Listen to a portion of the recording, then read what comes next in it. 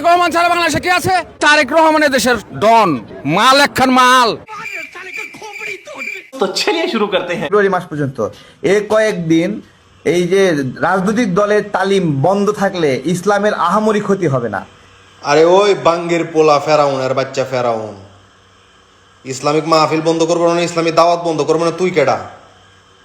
মুখ সামলায় কথা কর। তুই ইসলামের কি বুঝবি? তুই কোনোদিন মসজিদে যাস? তুই জুম্মার নামাজ পড়স? তোর চেহারার মাঝে বাসায় তুই যে ফেরাউনের বাচ্চা। সুটিয়ে লাল করে দেবো, নোংরামি বার করে দেবো।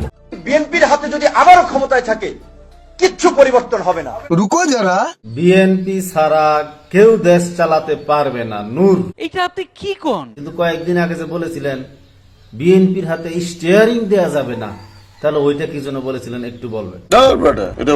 এই দেশে আমরা কোরআন ও সুন্নাহর বাইরে কোন আইন আমরা করতে পারি না। এটা আমাদের কমিটমেন্ট। খারান খারান মির্জা ভাই, হাসা লাগবে হাসা লাগবে। আমি না ঘোড়ায় ঘোড়ায় হাসতেছে। শুনেন,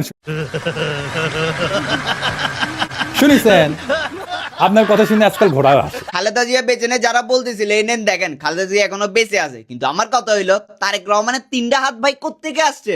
না মনে হয় 2টা আসল হাত নেই, একটা মনে হয় অজুহাত। বাপের কবর জিয়ারত করতে যাইব, এটা আবার এত হাজার হাজার লক্ষ লক্ষ মানুষ নিয়ে যাওয়ার দরকার আছে? জানাবার দরকারটা কি? তুই যাইয়া তোর বাপের কবর জিয়ারত করে যাবি, তারপরে তুই সাভারে যাবি স্মৃতিসৌধে। এত ঢাকডোর পার পিটানো, এত নাটক করার কোনো দরকার আছে? আমাদের একটা বন্ধু সংগঠন তারা বলেছেন তারা নির্বাচিত হলে জামাতে ইসলামী ছাড়া সবাইকে নিয়ে তারা সরকার গঠন করবে। আমরা মহান আল্লাহকে সাক্ষী রেখে বলছি, আল্লাহ যদি তার মেহেরবানিতে জনগণের ভালোবাসায় আমাদেরকে নির্বাচিত করেন, আমরা তাদেরকেও সাথে নিয়ে দেশ গঠন করবো। আর যদি কোনো কারণে আল্লাহর ইচ্ছায় সিদ্ধান্তে আমাদেরকে বিরোধী দলে বসতে হয়, আমরা তাদেরকে আশ্বস্ত করছি প্রত্যেকটি মানবিক কাজে, ভালো কাজে আমরা অবশ্যই তাদের কর্মী হয়ে এই কাজ করবো। আমাদের কোনো আপত্তি না হয়, সবাই মিলে আমরা দেশ গড়বো, এই কাজে আমরা তাদেরকে সহযোগিতা করবো। কিন্তু তারা সরকারে যাওয়ার পরে আবার যদি পুরানা কায়দায় কোনো উলট পালট কিছু করা হয়, প্রথমে ব্যক্তিগতভাবে বলবো এগুলা ছেড়ে দেন। যদি তারা সংশোধন হয়ে যান, আলহামদুলিল্লাহ, আমরা খুশি হব, অভিনন্দন জানাবো। যদি না করেন, তাহলে আগেও যেমন জীবন বাজি রাখা আন্দোলন সংগ্রাম আমরা করেছি, আগামীতেও কাউকে আমরা ছাড় দেবো না ইনশাআল্লাহ। কে হাদির কম্পিটিটর? কে হাদি না থাকলে লাভ হবে কার? মির্জা আব্বাসের লাভ হবে না, বরং 5টা হাদিকে একখানে করলে মির্জা আব্বাসের সাথে ফাইট দেওয়া যাবে। আমার চ্যাটার আমি তো মনে করেছিলাম প্রথম আলো ডেইলি স্টার এটা মনে হয় পত্রিকা, এটা মনে হয় পত্রিকার অফিস। যখন আগুন দেওয়া হলো তখন দেখলাম যে না, এটা সাপের গর্তের মুখ। এখান থেকে বেশ কিছু বিষধর সাপ বের হয়ে আসছে, যারা আমাদের দেশের একেবারে ভারতের পক্ষে গিয়ে দেশদ্রোহিতা করতেছে। সঠিক বলেছেন।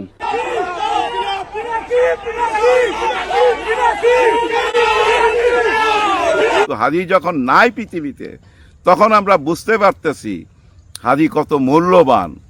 হাদির প্রতিটি কথা আজকে দেখেন হিন্দিতে, আরবিতে, ইংলিশে ডাব হচ্ছে, সারা পৃথিবী সব জায়গায় ছড়ায় গেছে। আপনার ভারতের শিখরাও ভাই হাদির বিচার চায়, তার ছবি নিয়ে রাস্তায় দাঁড়ায় গেছে। Osman Hadi, we are going to shut down and we have given a call to lock down Indian embassies.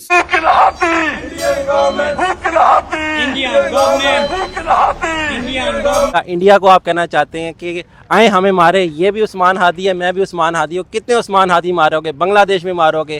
कितने मारोगे? ইনকিলাব, ইনকিলাব and free.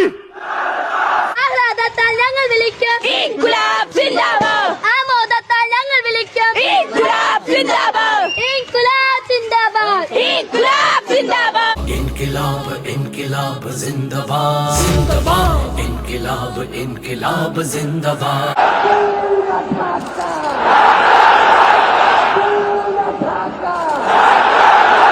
আমি জানি না বাংলাদেশে আর কোনোদিন কতদিন পরে এরকম একজন ওসমান হাদি আসবে, যে আমার কেউ না, কিন্তু তার জন্য আমার বুক ভেঙে যাইতেছে, আমার চোখ দিয়ে পানি পড়তেছে, আমার মোনাজাতে আমার Father, a son, a brother, a friend, a husband, an artist, a politician, a humorist, a writer, a local boy, a teacher, an activist, a leader, a rebel, a man, a might, our hero.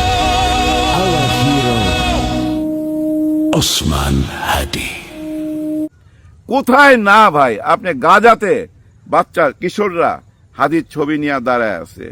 আপনি দেখেন পাকিস্তানে, আফগানিস্তানে, সব জায়গায় শুধু হাদির কথা, হাদির কথা। শুধু বাংলাদেশই না ভাই, বাংলাদেশের বাইরেও এখন হাদি ছড়ায় গেছে। কেন? সত্য চিরদিনই সত্য। তার প্রত্যেকটা বয়ান আপনি দেখেন, প্রত্যেকটা বয়ান এক একটা বাণী ভাই, এবং সত্যিকারের একটা রাস্তা দেখায় দিয়ে গেছে। প্রতিটা রাজনীতিবিদকেই হাদিকে ফলো করা উচিত। হাদি সাহেব না, হাদি সাহেব না, হাদি ওসমান ইনসাফ পার্টির ওসমান হাদি সাহেব, ইনকিলাব পার্টি, দুঃখিত, ইনকিলাব পার্টি যে মঞ্চ, হাদি একটা জিনিস বুঝাই দিয়ে গেছে যে পার্শ্ববর্তী দেশের কোনো আধিপত্য এই দেশে যতদিন থাকবে, এই আধিপত্যের ভিতরে থাইকা এই দেশ কোনোদিনই আপনারা গড়তে পারবেন না। যদি এই দেশ গড়তে চান, ওই আধিপত্য থেকে বাইর হয়ে আসতে হবে। কিভাবে আমাদের দেশকে গিলা খাইছিল, আপনাদের কিভাবে বুঝামু? ওনাদের দেশটা দেখেন, একটা সাইডে পুরা ভারত, আরেকটা সাইডে 7টা প্রদেশ, মানে 7 সিস্টার একদিকে, এই ভারতটা, আরেকটা ভারতের অংশ এদিকে। এখন এখান থেকে যদি আপনি এখান থেকে এখানে যাইতে চান, আপনাকে এখান থেকে ঘুরে আসতে হবে। মানে এই জায়গাটা ঘুইরা এখানে আসতে আপনার 18 ঘন্টা লাগবে, কখনো কখনো এটা 24 ঘন্টা পার হয়ে যায়। কিন্তু আপনাকে যদি আমি এই ভিতর দিয়ে রাস্তা দিয়ে দেই, তাহলে আপনি এই 7 সিস্টারে যাওয়ার জন্য মাত্র 3 ঘন্টা, 3 থেকে 4 ঘন্টায় যাইতে পারেন। শেখ হাসিনা ওই রাস্তাটাই দিয়ে দিছিল ভাই, হ্যাঁ একদম দিয়ে দিছে। এরকম 10টা চুক্তি করছে, 10টা চুক্তি শেখ হাসিনা, যেটা একেবারে ধ্বংস করে দিছে ডক্টর ইউনূস স্যার। সমস্ত দলিল পত্র যা কিছু আছে সবকিছু ছুঁড়া ফেলছে, নতুন করে আবার দলিল করতে হবে। এই যে ইউনূস স্যারের যে দৃষ্টিভঙ্গি পার্শ্ববর্তী দেশের দিকে, একই দৃষ্টিভঙ্গি ছিল না আমাদের শহীদ হাদির, একই দৃষ্টিভঙ্গি। ওনার কথাগুলো শুনেন ভাই, শুনলেই বুঝতে পারবেন। সারা দুনিয়াতে শুনতেছে ভাই, বিভিন্ন ভাষায় ডাব কইরা, আপনারা শুনলেও বুঝতে পারবেন। প্রত্যেকটা কথা মূল্যবান। বিপ্লবী কবি কাজী নজরুল ইসলামের পাশে, জাতীয় কবি কাজী নজরুল ইসলামের পাশে ওনাকে ঘুম পাড়ায় রাখা হয়েছে। উনি কি ঘুমাইছে? না, উনি জেগে আছে, এই ইনকলাব মঞ্চেতে জেগে আছে। উনি বিচার চায়। হাদি বলতো না আমাকে মেরে ফেলুক, আমার কোনো আপত্তি নাই, কিন্তু আমাকে কে মারলো তার বিচার হইতে হবে। বিচারটা খুবই জরুরি ছিল। আগামী 72 ঘন্টার ভিতরে হাদিবের হত্যাকারীদের গ্রেপ্তার করতে না পারলে সারা বিশ্বের প্রবাসীদের রেমিটেন্স শাটডাউন।